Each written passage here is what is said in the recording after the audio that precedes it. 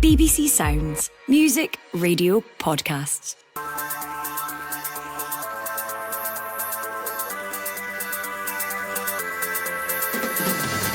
Hello, I'm Ray Bradshaw and this is the Scottish Football Podcast. All the news, views and analysis you need on Wednesday the 5th of March. And we've plenty in store for you today. Little feet and he tries to cut it back. Brilliant. Must be for Tenney! Oh, that's superb from Cyril Dessers. And a lovely cool finish to make it Rangers 2, Union Saint-Gilles 1-0. We'll begin the build-up to a massive game for Rangers and we'll take a deeper dive into one of the season's success stories. There's a brilliant goal! My goodness me!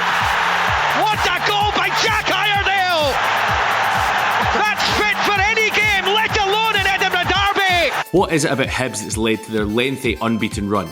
Plus, Corner comes in, it's bounced, it's ricocheted, it's in! The celebrations are being led by George Hirst, and he runs to celebrate with the Ipswich Town fans! is there another option for Steve Clarke in a problem position? The Scottish Football Podcast from BBC Sports Scotland. Well, welcome to Wednesday's edition of the Football Podcast. We've got two brilliant guests. First of all, we're joined by the Scotsman sport editor, Mark Atkinson. Mark, how are you today? I'm good. Good morning. How are you?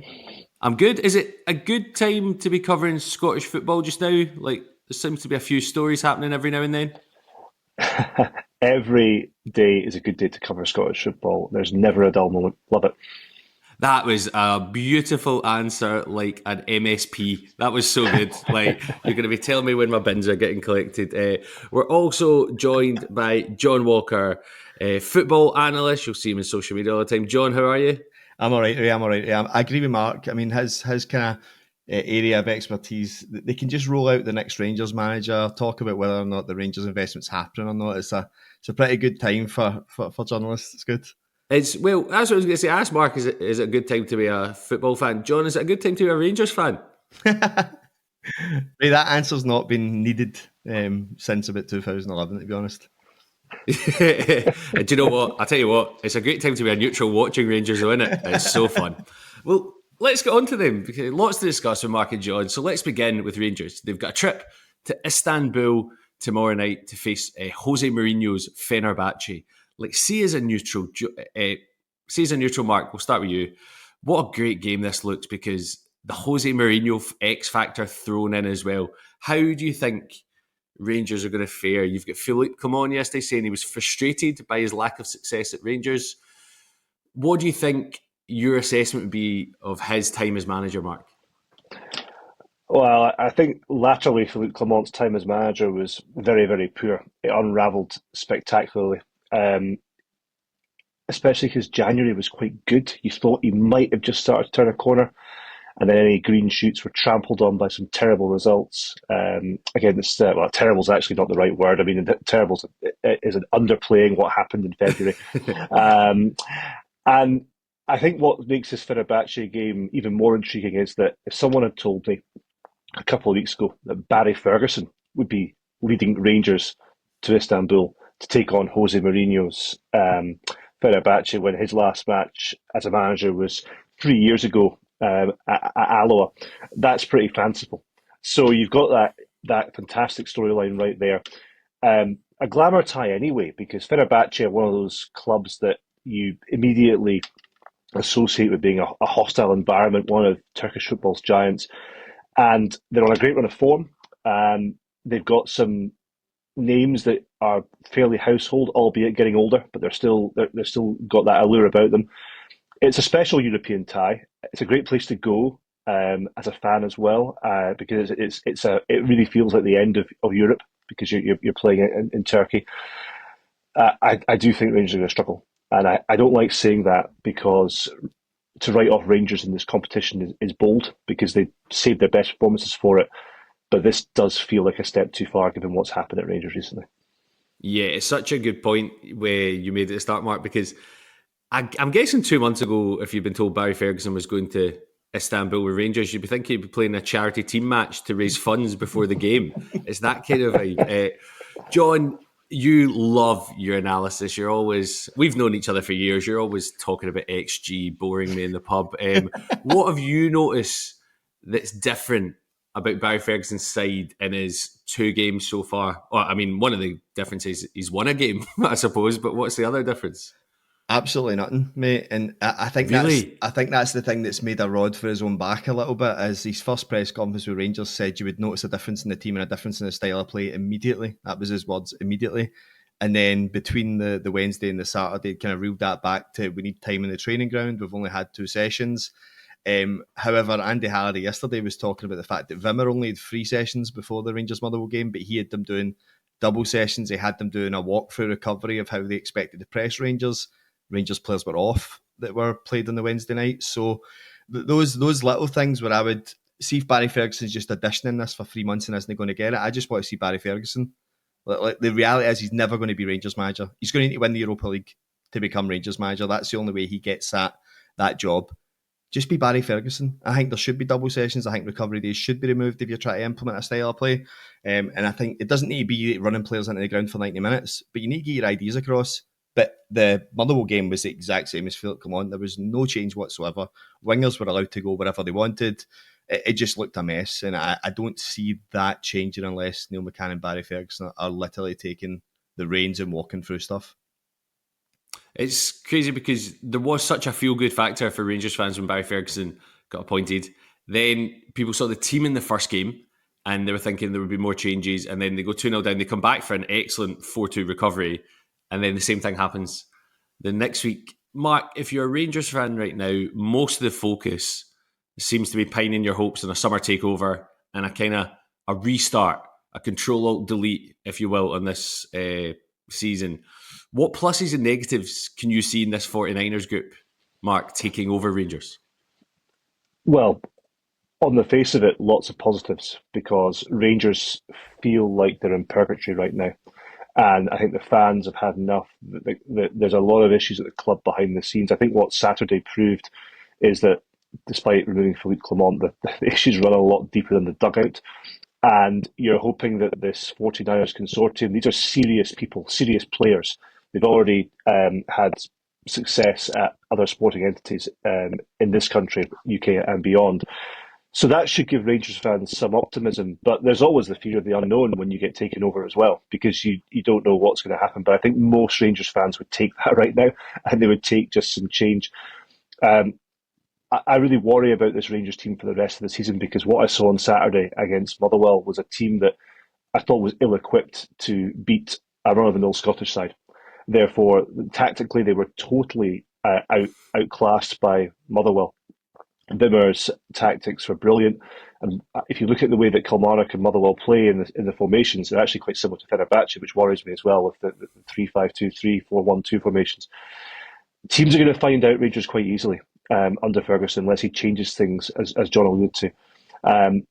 It could be a really difficult spell, this sort of 3-month window. And what Rangers fans will cling on to is the fact that there's a group of people coming in who have got plenty of money, plenty of resource, plenty of scouting networks already set up, etc. And of course, they could bring in a box office new manager. So that's where the excitement comes from. But there might be some more pain before that really comes into play. John, as a fan, what do you want to see? I think I've been pretty clear. For me, it's one of 3 candidates for Rangers. It's you get the 49ers done, and then it's Russell Martin, Kevin Muscat, or Steven Gerrard comes back. There's no other candidates for me that interest me, that I think can come into the club and dominate Scottish football. I've seen the same things with Russell Martin. It's too open, it's too expansive. All the same stuff that's levied at Ange Postecoglou down in England. It works up here. You don't need to be conservative. You need to be on the front foot. You need to be attacking. You need to have a specific style of play. All of those 3 people have that. Gerrard kind of comes back in and takes over for where he left, which is that he left because there was no investment. That's the only thing. After such good success since he left Rangers as well, John. Yeah, I mean, he was promised the investment before that Champions League qualifier. He was told that he would get 10 million to spend, didn't get it. The only signing he made of note was Bacuna from Birmingham. So he is the kind of the obvious one from the past that could come back in and get something different. But for me, the investment starts there. They've done a lot of good work with Leeds. They've done a lot of good work with Leeds on the merchandise side and the sponsorship side and the commercial. That's the stuff we need to bank on. I know people from the group have kind of spoken privately about the money that Dermot Desmond makes for Celtic, and so they know that Scottish football is a viable product. but you need to win the league, you need to get in the Champions League, and you need to start creating players that you can sell for 20, 25 million, and somehow you need to hope that brings success, and Celtic stop being able to do that. I don't know how you do the second part. Well, John, you've got in the week, you've got Colin Hendry, we spoke about yesterday's podcast, Stephen Naismith coming out and both talking about Rangers players not being at it psychologically. Is that a kind of recurring theme for this Rangers team? And what do you think even just a new manager can change that? I think footballers are, I almost said footballers are brain dead. That's not true, because that's a stereotype that's always been out there. Footballers have been given information since they were 11 years old. More often than not, it's positional play information, because the way influence Pep Guardiola's had. So footballers like Diomande and Raskin expect to receive the ball and know where their teammates are all the time. Rangers haven't had that. So see all this psychological stuff and the pressure Ibrox, it's nonsense. It's that there's a pressure Ibrox. It's Scottish football. I think there was a stat. Scottish football is the most intense league in Europe, which it kind of shows. It's all in your face. It's all aggressive. It's constantly balls into your box. So players like Diomande and Raskin can't cope with that if you don't have a clear style of play. So they receive the ball, they've got players in their faces, and they don't have players where they should be. You've got like Cherny and Hadji that are both playing as 10s when you've already got a 10 in there. You've got two strikers, so you can't find with the ball. So it just goes full back centre-half, and then the crowd start to groan at Ibrox. And then that's where people like Naismith can say, it's a psychological problem. It's not, it's a football problem. It's a football problem. James Tavernier got to a European final. James Tavernier's won a title at Rangers. James Tavernier has won trophies at Rangers. It's not a psychological problem. It's a football problem. When the football's right, the players are fine. Well, I'm fascinated by how the game goes tomorrow night. So Thursday night, Rangers Fenerbahce. Well, there's certainly some sunshine on Leith at the moment, with Hibs on a 15-game unbeaten run. So let's have a closer look into their resurgence. Mark, I think it's October, November time, Hibs get a last-minute equaliser against Aberdeen, and since then, they're absolutely flying. Do the Hibs board deserve some praise, Mark, for sticking with David Gray? Yeah, they do. And this Hibs hierarchy has not had much praise in the last couple of years, and rightly so, because they've gone through far too many managers and signed some players that just haven't performed on big money. But they were faced with a big decision in November, and they gave him a vote of confidence, and they gave him 3 games, really, to turn it round. The first one didn't go very well because they lost to Dundee heavily, but they actually played quite well in the time that they had 11 men on the pitch. And then after that, they drew with Aberdeen, the Rocky Bushiri goal that basically changed the world. And then you then go and win at Motherwell. Ever since then, only one team has beaten them, Celtic.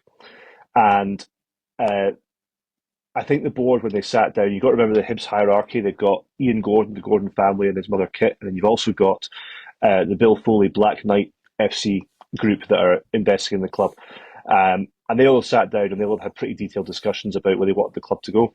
And they eventually decided, look, let's give David Gray a little bit more time, because they just felt that they'd made too many changes.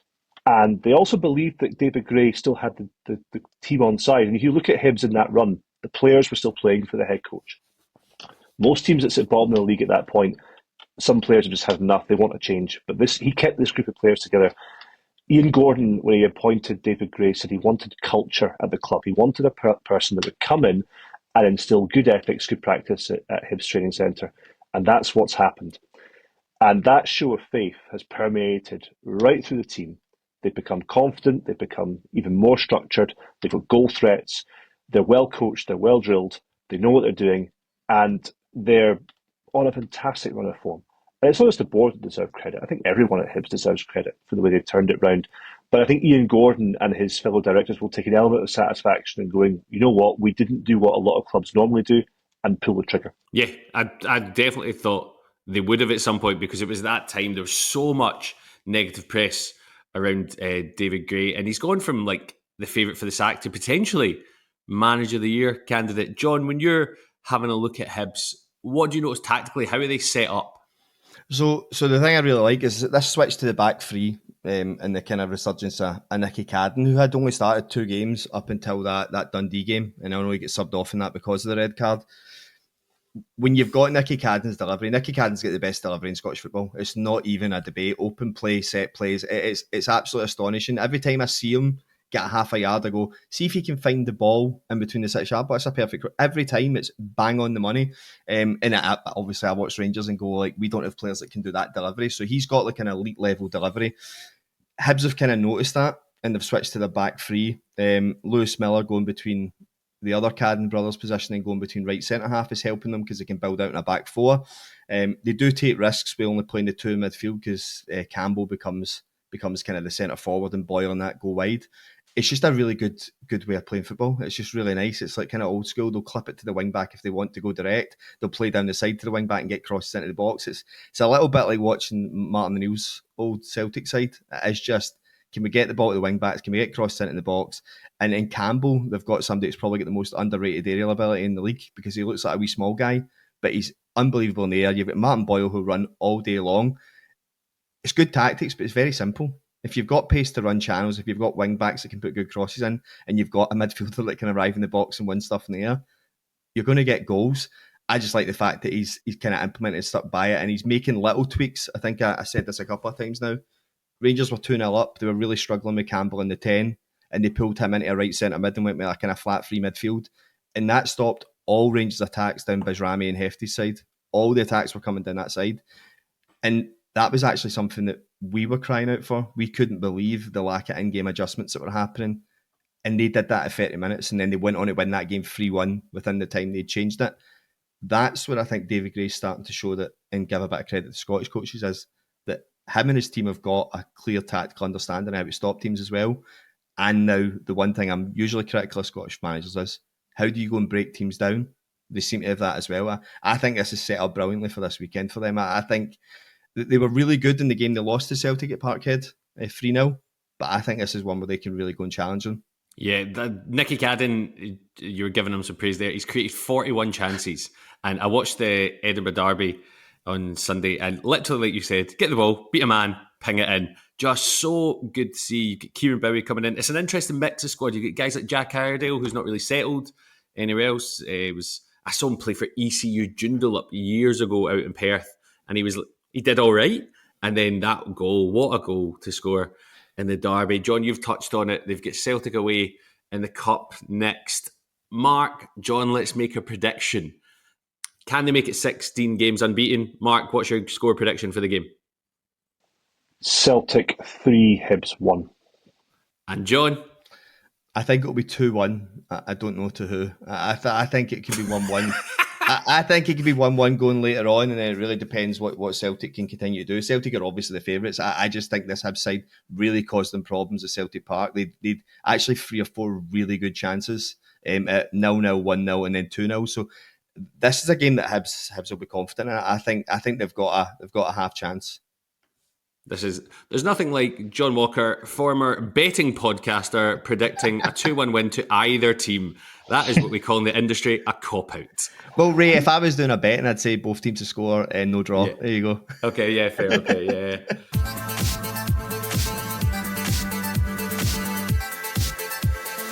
Finally, let's take a look at what else is making the news in Scottish football. There's been talk of a Scotland call-up for Ipswich striker George Hirst. Not the most prolific of goal scorer. He's scored only 3 goals this term, so he fits perfectly into a Scotland striker right now. We really struggle to produce a lethal striker, don't we? Mark, have you seen much of him, and do you think he will make the squad? I've seen bits and pieces mainly this year just by watching highlights of Ipswich. He's not featured that much this year, partly due to injury. He's had a hamstring issue. And also Ipswich have got a really good striker in Liam Delap. So he's basically back up to Liam Delap. He obviously scored on Monday night in the FA Cup. Good timing because Steve Clarke was there watching. I think you look at his credentials. He's 6'3". He's a physical striker. He works hard. I think you could understand why he's the sort of striker that would appeal to Steve Clarke, especially at this moment in time because Lyndon Dykes is out. And Lyndon Dykes doesn't score many goals for anybody, but a lot of his game is actually about bringing other players into the game, occupying centre halves, making runs, doing a lot of selfless work. Hirst is able to do that. He's played at a good level for a number of years. He was part of a championship winning team last season with Ipswich. Decent age, you'd say, 26. So if you're going to bring him into the Scotland squad, then you've probably got good mileage there. And as you alluded to, Ray, we're not blessed with out-and-out number 9s. And if you look at actually the squad, you've got Shea Adams, who's doing well at 3-0, I think. Lawrence Shankland's not really in great form, and also he's starting to adapt his position. He's not actually been playing as a number 9. He's been playing in a tip of a diamond. Tommy Conway has been scoring for Middlesbrough, but a different type of striker, maybe more of a poacher. So you could argue we actually probably need this type of player to come through as well. I don't think he's a name that's going to get many people hugely excited at this point in time, but ultimately we have to go and mine these seams that potentially people don't think exist, because that's just the nature of where we are. Someone said to me yesterday, they said, would it not be better to call up someone like Kieran Bowie, for example, who's obviously playing well for Hibs and young, and they've been in the 21s set up. But the reality is that George Hirst is playing for a Premier League club in England, and that's a very strong level. If he's available and if he's keen through his Scottish grandfather, then he's potentially somebody we should look at. Yeah, because like you said, we're so short in the striker department. With Aaron Hickey coming back this week, he scored a beautiful goal for Brentford under 21s. I think the kind of next round of fixtures might be too early for him. John, if we're talking strikers, the amount of names I've heard linked with the Scotland squad this week, ranging from Michael Mandron to James Wilson to Ollie McBurney to Kieran Bowie was one. So many different people. Simon Murray, who's mentioned a lot before the Euros. Give us a name. Who would you like to see in this Scotland squad, John? Bobby Wells for me. I think anyone that's seen Bobby Wells play football up close, Bobby Wells has absolutely everything. Bobby Wells is an elite striker and should be playing at the level that Hirst is playing at. I think he's capable of going to Championship and getting a team promoted.